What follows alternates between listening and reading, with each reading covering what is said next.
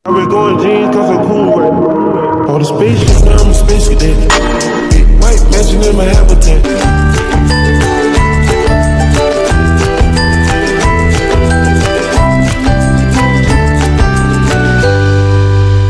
Ayo, pernahkah kalian berpikir mengapa kita belajar matematika sejak SD hingga SMA atau bahkan sampai perguruan tinggi juga?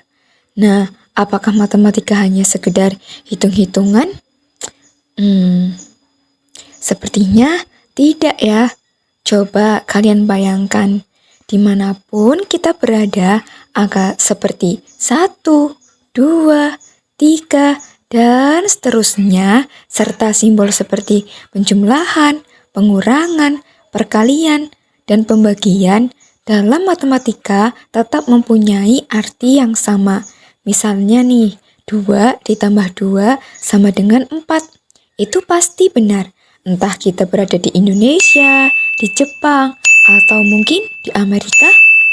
Jadi, matematika sebagai bahasa yang artinya cara berkomunikasi yang bisa dimengerti oleh semua orang di seluruh dunia. Tapi, apa sih yang dimaksud dengan matematika sebagai bahasa? Yuk kita cari tahu.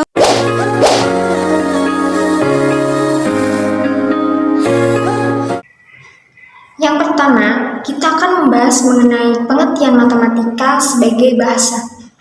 Sebelum kita membahas mengenai pengertian matematika sebagai bahasa, kita bahas terlebih dahulu apa itu bahasa.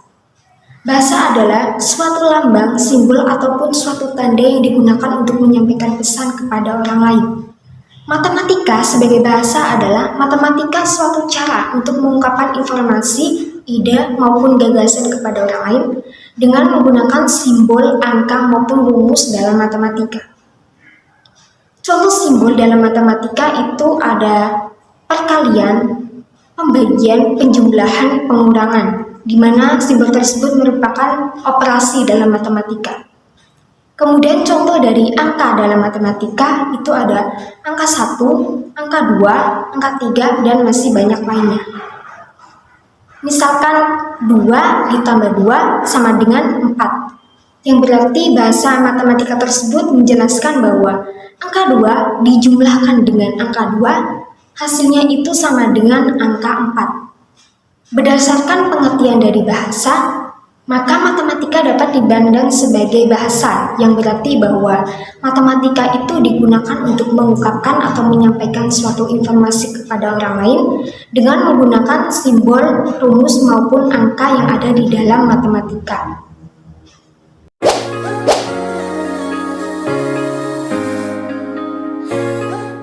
Pernah gak sih kamu mikir, kenapa matematika itu kayak punya bahasa sendiri? Ternyata bukan cuma perasaan. Memang sejak dulu matematika udah jadi bahasa universal. Di zaman kuno, matematika dipakai buat hal-hal praktis. Di Mesir, orang memakai matematika untuk menghitung luas tanah. Di Babilonia, matematika dipakai buat astronomi dan dagang. Waktu itu matematika masih jadi alat bantu, belum jadi bahasa ide atau pemikiran. Memasuki zaman Yunani, semua berubah. Pythagoras bilang, segala sesuatu adalah angka. Matematika jadi alat buat mikir, bukan cuma ngukur. Ehrlich bahkan bikin buku yang menyusun matematika kayak kalimat dalam bahasa. Zaman Islam abad pertengahan, di zaman tersebut, di masa-masa kejayaannya, matematika masih disebarluaskan. Al-Khawarizmi memperkenalkan aljabar dan algoritma. Matematika jadi bahasa ilmu lintas budaya dari Timur Tengah sampai Eropa. Revolusi ilmiah zaman Galileo, matematika disebut sebagai bahasa alam semesta. Newton menulis hukum gerak dengan persamaan dan kalkulus pun lahir. Sejak saat itu matematika resmi jadi bahasa sains. Zaman modern, sekarang matematika ada di masa di mana AI, komputer, internet, Einstein bahkan menulis teori dengan matematika. Ada yang bilang matematika ditemukan, ada juga yang bilang diciptakan. Tapi satu hal pasti, ini bahasa paling kuat di dunia.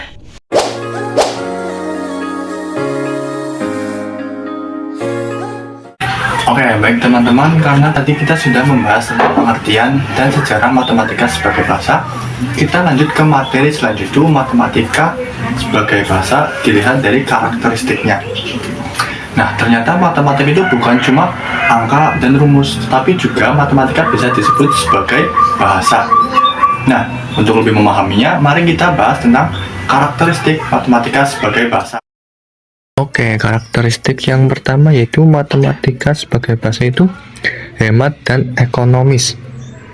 Matematika itu hemat banget loh. Coba bayangin, kalau kita disuruh nulis angka dari 1 sampai 1 juta pakai kata, itu kan 1, 2, 3, sampai 1 juta. Itu bisa bikin tangan pegel dan kertas habis. Nah, tapi di matematika cukup kita tulis saja 1, 2, 3 pakai angka dan 10 pangkat 6. Nah, 10 pangkat 6 itu kan hasilnya 1 juta. Nah, lihat kan, itu lebih ringkas dan nggak ribet. Kemudian yang kedua, singkat dan padat. Matematika juga singkat dan padat. Kalau kamu disuruh nulis perkalian dari 1 sampai 1000, dalam bahasa biasa, itu bisa panjang banget. 1 kali 2, kali 3, kali 4, sampai 1000. Nah, tapi kalau di matematika, gampang. Tulis aja 1000 faktorial. Nah, ini ya, kalau ditulis kayak gini ya, itu artinya semua angka dari 1 sampai 1000 itu dikaliin. Nggak perlu kalian nulis panjang-panjang perkalian sampai 1000. Nah, yang ketiga itu tidak ambigu atau tidak membingungkan. Matematika itu jelas, nggak bikin bingung. Misalnya 50 tambah 50, hasilnya itu pasti 100, nggak ada hasil yang lain. Atau kalau kita ditanya, ada bilangan apa saja yang kalau dikali hasilnya 100? Jawabannya bisa 1 kali 100, 2 kali 50, 4 kali 25, dan lain-lain. Semua itu jelas dan bisa dicek.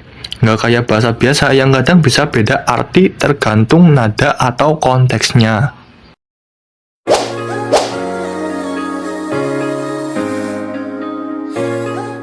Matematika adalah bahasa karena digunakan dalam menjelaskan fenomena di sekitar kita. Contohnya, dalam ilmu mekanika fluida, matematika menjelaskan bagaimana udara terasa seperti angin. Adapun dalam konsep profesional, misalnya penerbangan, matematika digunakan dalam menghitung kecepatan agar tidak terjadi kecelakaan.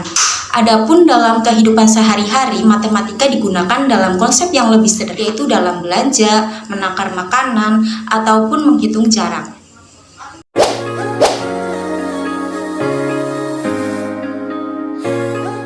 Bahasa matematika dalam kehidupan sehari-hari.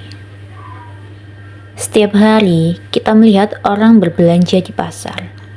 Mereka menghitung uang dan juga kembalian. Itu artinya, mereka sedang menggunakan bahasa matematika.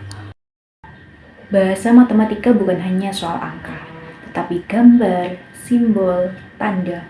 Misalnya saja saat kita membaca jam, pukul 1, pukul 2, pukul 3, membaca grafik, ataupun nulis tanda tambah dan kurang. Dulu, orang sudah menggunakan perhitungan matematika, seperti menghitung hasil panen pada petani, kemudian piramida di Mesir yang dibuat menggunakan perhitungan yang tepat. Bahasa matematika juga masih digunakan. Contohnya saja, jika suatu warga ingin membangun sebuah jembatan, maka perlu adanya perhitungan antara angka dan simbol untuk memvisualisasikan jembatan tersebut. Jadi, matematika itu bukan hanya soal hitung-hitungan di buku saja, tapi juga ada penerapannya dalam kehidupan sehari-hari.